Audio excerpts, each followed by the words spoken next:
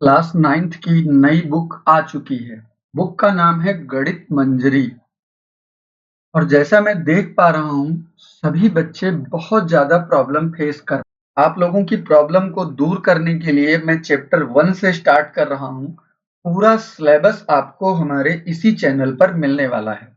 आज का हमारा पहला चैप्टर है orienting yourself, the use of coordinate geometry. आज का लेक्चर देखने के बाद आप 100% समझ जाएंगे कि कोऑर्डिनेट्स क्या होते हैं, कार्टेशियन प्लेन क्या है, हम x axis, y axis and origin को कैसे आइडेंटिफाई कर सकते हैं, हम किसी पॉइंट को ग्राफ पेपर के ऊपर कैसे प्लॉट करेंगे और क्वाड्रेंट में इनके साइन क्या होते हैं। आपके माइंड में हमेशा एक बात आती होगी, how do we locate a classroom in school. आप जिस भी स्कूल में पढ़ रहे हो, आप अपने क्लासरूम के बारे में सोचिए। आप अपने स्कूल में क्लासरूम को कैसे लोकेट कर पाएंगे। आजकल मोबाइल का जमाना है, सभी लोग मोबाइल चलाते हैं। क्या आपने कभी सोचा है गूगल मैप किसी लोकेशन को एग्जैक्टली कैसे आइडेंटिफाई कर लेता है। बहुत सारे ऐसे स्टूडेंट होंगे जो मूवी देखने के लिए कभी ना कभी सिनेमा हॉल जरूर गए होंगे। क्या आपने कभी सोचा है कि आप एग्जैक्ट अपनी सीट को कैसे फाइंड कर लेते हैं। इन सभी चीजों का आंसर है कोऑर्डिनेट ज्योमेट्री। सपोज करिए ये आपके सामने बनी हुई स्क्रीन एक प्लेन है और इस प्लेन के ऊपर मेरे पास यहाँ पर कोई प्लेस है। हो सकता है ये आपका क्लासरूम हो आपके स्कूल के अंदर। अब मुझे इसको लोकेट करना है कि एग्जैक्ट इसकी पोजीशन क्या है। इसके लिए सबसे पहले आपको स्कूल की विड्थ वाली डायरेक्शन से इसकी डिस्टेंस को मेजर करना पड़ेगा कि ये पोजीशन आपके स्कूल में विड्थ से कितनी डिस्टेंस पर है।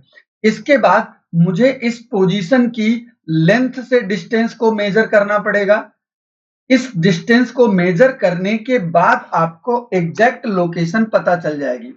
फॉर एग्जाम्पल, अगर मैं ये सोच लूं कि ये मेरा क्लासरूम मेरी विड्थ वाली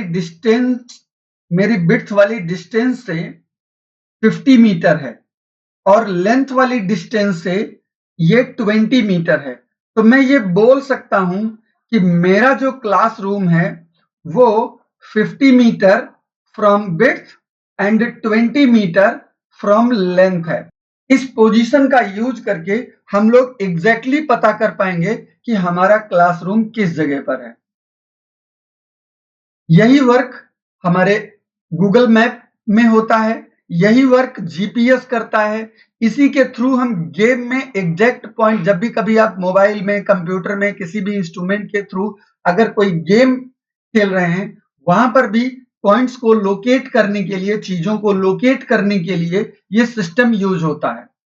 आपका मूवी हॉल में जो सीटिंग अरेंजमेंट है वो भी इसी सिस्टम को यूज करके बनाया जाता है। अगर मैं हिस्टोरिकल बैकग्राउंड की बात करूं, India played on important role in the development of coordinate geometry.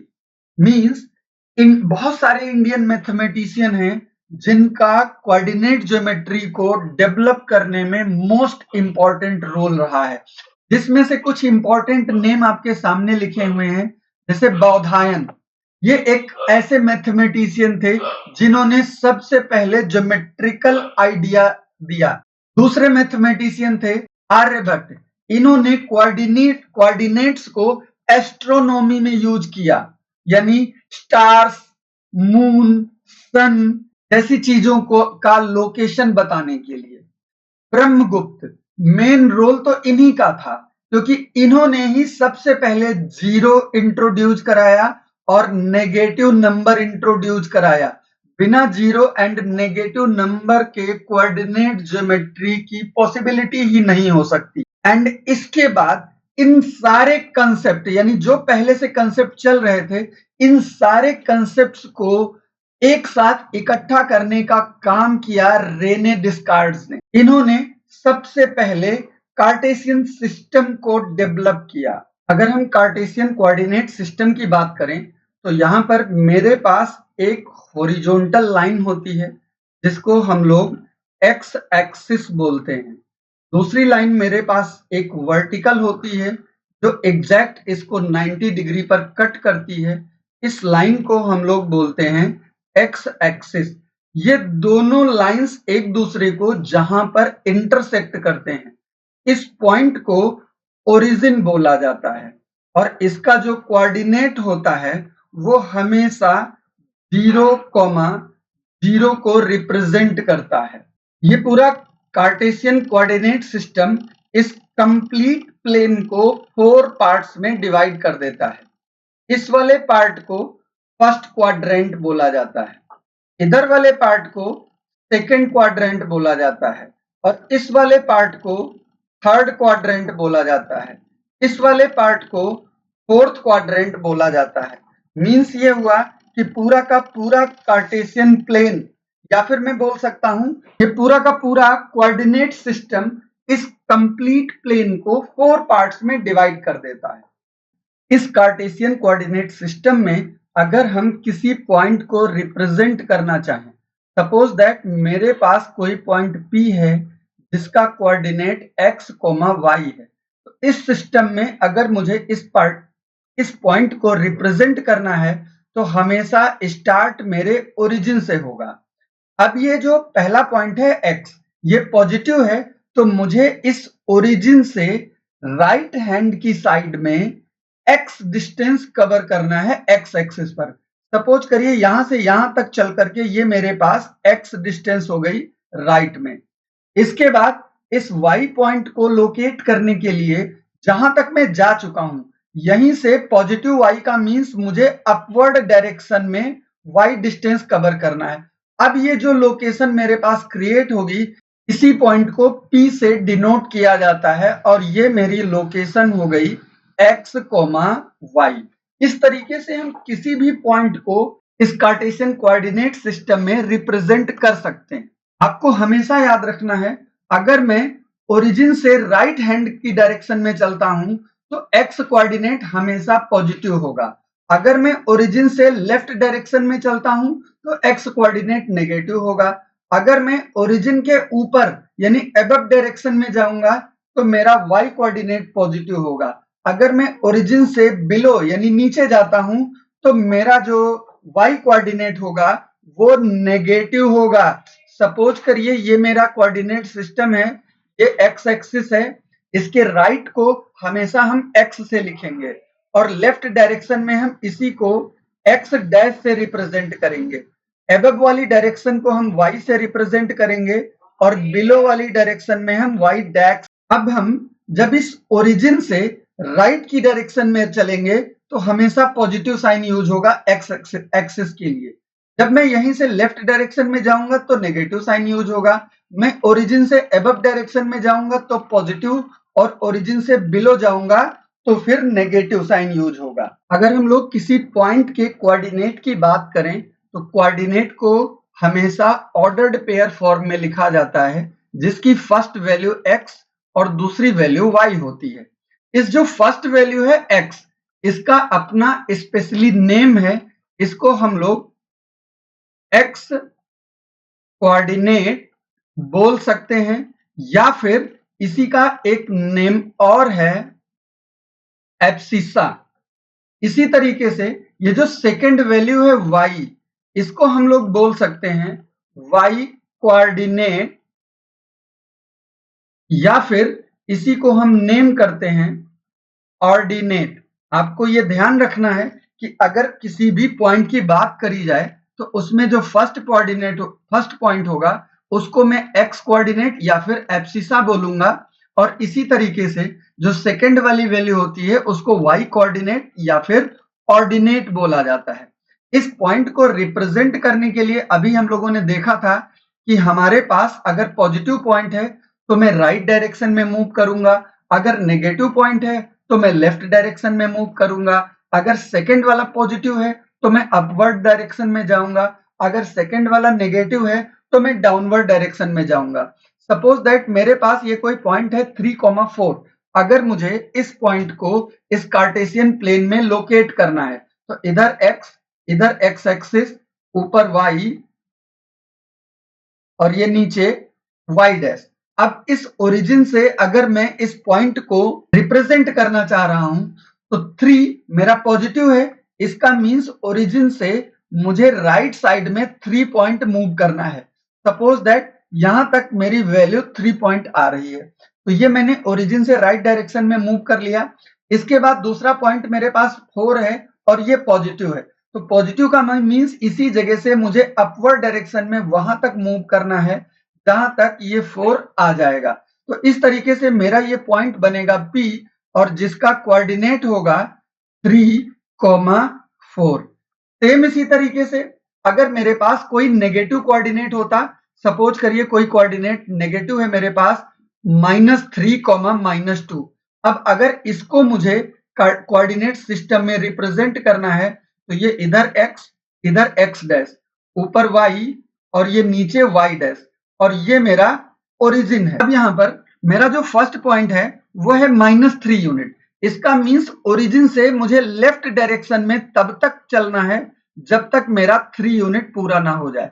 Suppose करिए ये -3 यूनिट है क्योंकि ओरिजिन से लेफ्ट लिया गया है। इसके बाद सेकेंड पॉइंट है -2 यूनिट। -2 का मीन्स मैं जहां पर पहुंच गया हूं, अगर प्लस होगा तो अपवर्ड डायरेक्शन में जाऊंगा और माइनस होगा तो डाउनवर्ड डायरेक्शन में जाऊंगा। ये पोजीशन हो गई मेरी -2 unit below the x axis. तो अब इस पॉइंट को मैं P से रिप्रेजेंट कर सकता हूं।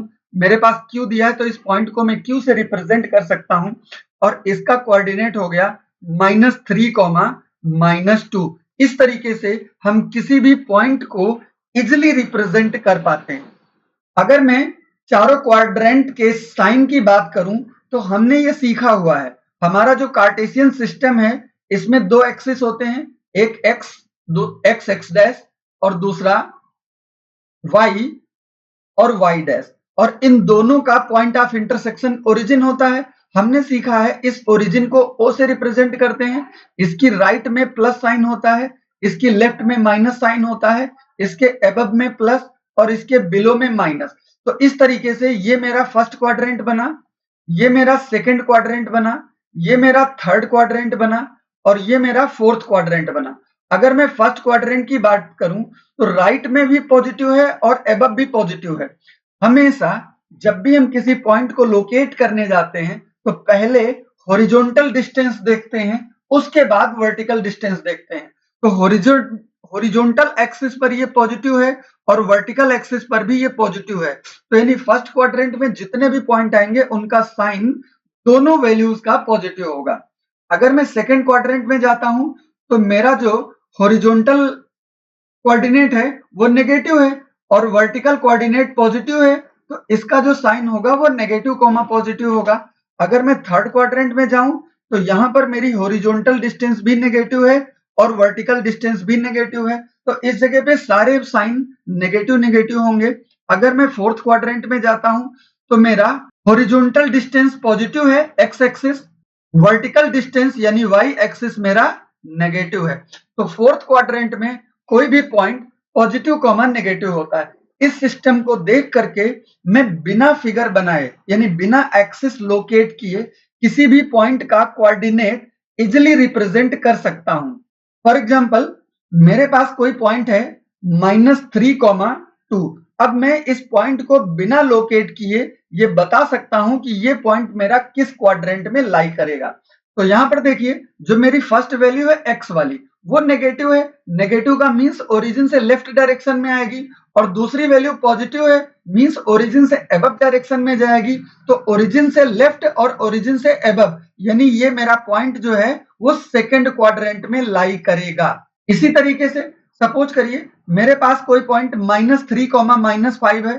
अब इसकी पोजीशन देखिए, इसका जो x वाला कोऑर्डिनेट है वो ओरिजिन से लेफ्ट डायरेक्शन में है, y वाला कोऑर्डिनेट ओरिजिन से बिलो डायरेक्शन में है। तो ओरिजिन से लेफ्ट एंड ओरिजिन से बिलो ये सारी चीजें आपके थर्ड क्वाड्रेंट में लाई होती हैं, तो यानी ये पॉइंट मेरा थर्ड क्वाड्रेंट में लाई करेगा। इसी तरीके से मैं किसी भी पॉइंट की पोजीशन जान सकता हूं।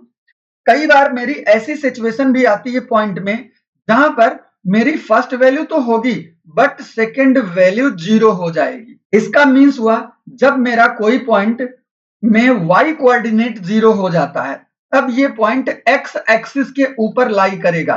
अगर मेरा कोई ऐसा पॉइंट है जिसका x कोऑर्डिनेट 0 है, तो ऐसी सिचुएशन में ये जो पॉइंट होता है ये y एक्सिस पर लाई करता है। ये आपको हमेशा ध्यान रखना है। अगर y कोऑर्डिनेट 0 है तो पॉइंट x एक्सिस पर लाई करेगा, अगर x कोऑर्डिनेट 0 है तो पॉइंट y एक्सिस पर लाई करेगा। फॉर एग्जांपल मेरे पास कोई पॉइंट आ गया -2,0। अगर मुझे इसकी लोकेशन चेक करनी है तो इसमें y वाला कोऑर्डिनेट 0 है, इसका मींस ये पॉइंट मेरा x एक्सिस पर लोकेट होगा। ठीक इसी तरीके से अगर कोई पॉइंट 0,3 है तो यहाँ x वाली डिस्टेंस 0 है, इसका मींस हमारा ये पॉइंट जो है ये y एक्सिस के ऊपर लोकेट होगा। सपोज दैट मेरे पास कोई ये पॉइंट है 2,3 और इसको मुझे एक्सिस में यानी कोऑर्डिनेट सिस्टम में प्लॉट करना है। तो इस पॉइंट को प्लॉट करने के लिए सबसे पहले हमारा काम है ग्राफ पेपर के ऊपर एक्सिस बनाना। ये हमने एक्सिस बना दिया, ये x डैश हो गया और ये मेरा हो गया y और y डैश, और ये वाला पॉइंट मेरा है ओरिजिन। जब हम ग्राफ पेपर पर बात करते हैं तो वहां पर मेरे पास बहुत सारी वर्टिकल और हॉरिजॉन्टल लाइन ऑलरेडी बनी होती हैं। ओरिजिन को हम लोग हमेशा 0 से रिप्रेजेंट करते हैं। इसके बाद अगर 1 सेंटीमीटर की बात करी जाए तो यहाँ पर पॉइंट 1 आएगा, यहाँ पर पॉइंट 2 आएगा और यहाँ पर पॉइंट 3 आएगा। इसी तरीके से लेफ्ट साइड में जब हम बात करेंगे तो ये -1, इस जगह पे -2, इस जगह पे -3।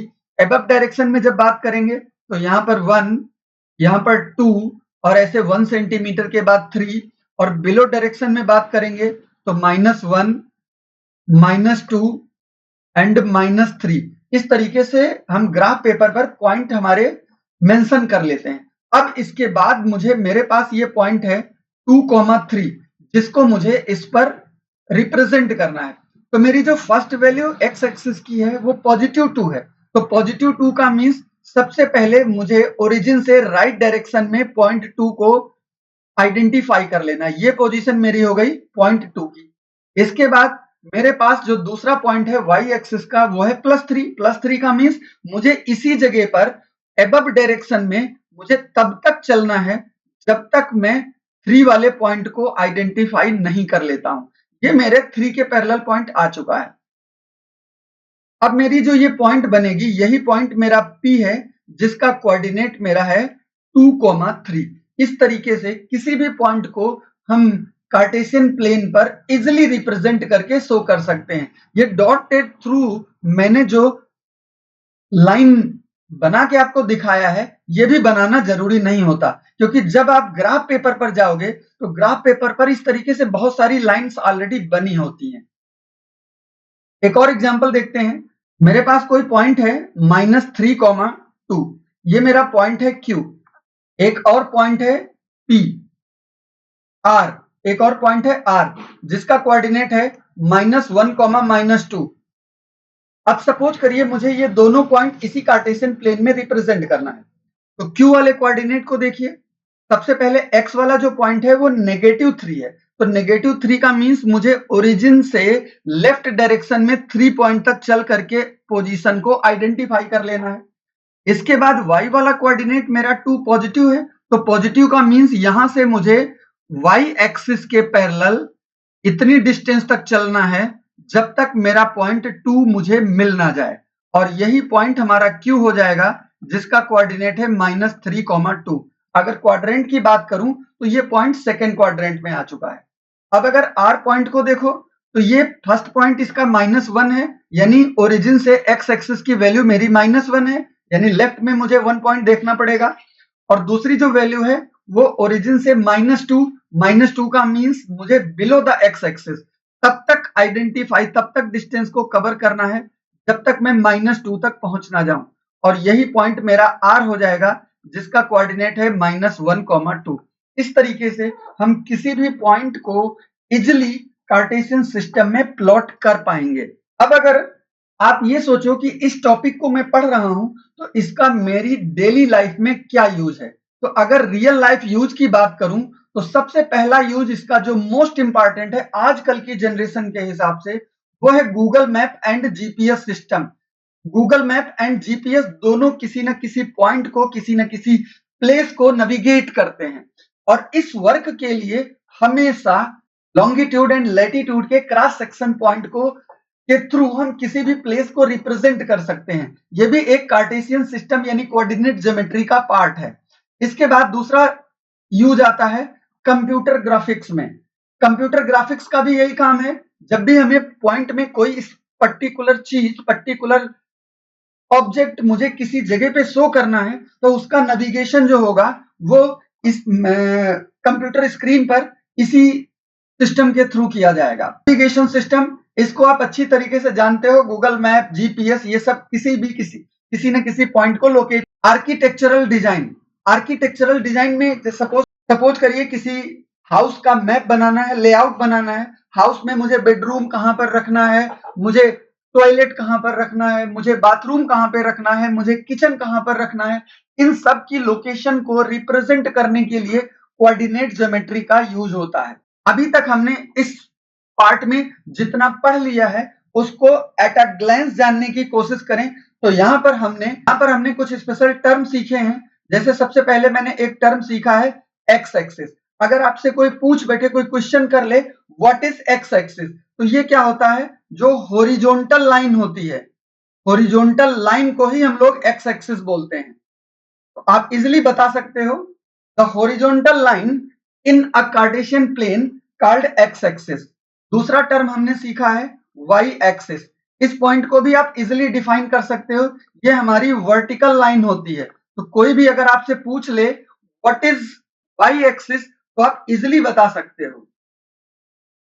Vertical line in a cartesian plane is called y axis. Third point हमने सीखा है यहां पर ओरिजिन। तो आप बोल सकते हो intersection of x axis and y axis is called origin. It is represented by the coordinate 0, 0. अगर मैं कोऑर्डिनेट की बात करूं तो कोऑर्डिनेट क्या है, ये बेटा मेरा एक ऑर्डर्ड पेयर होता है जिसका फॉर्म हमेशा एक्स वाई लिखा जाता है। इसको आप बोल सकते हो ordered pair showing a location is called coordinate of a point. इसके अलावा एक और कंडीशन हमने इसमें सीखा है क्वाड्रेंट। ये क्या होता है, कार्टेशियन सिस्टम के पार्ट्स होते हैं। तो इसको हम डिफाइन कर सकते हैं 1/4 part of coordinate plane is called quadrant. उम्मीद है आपको ये चैप्टर का एक्सप्लेनेशन समझ में आया होगा। बहुत जल्दी मैं इसकी एक्सरसाइज लेकर के सेकंड वीडियो में आऊंगा। तब तक के लिए नमस्कार।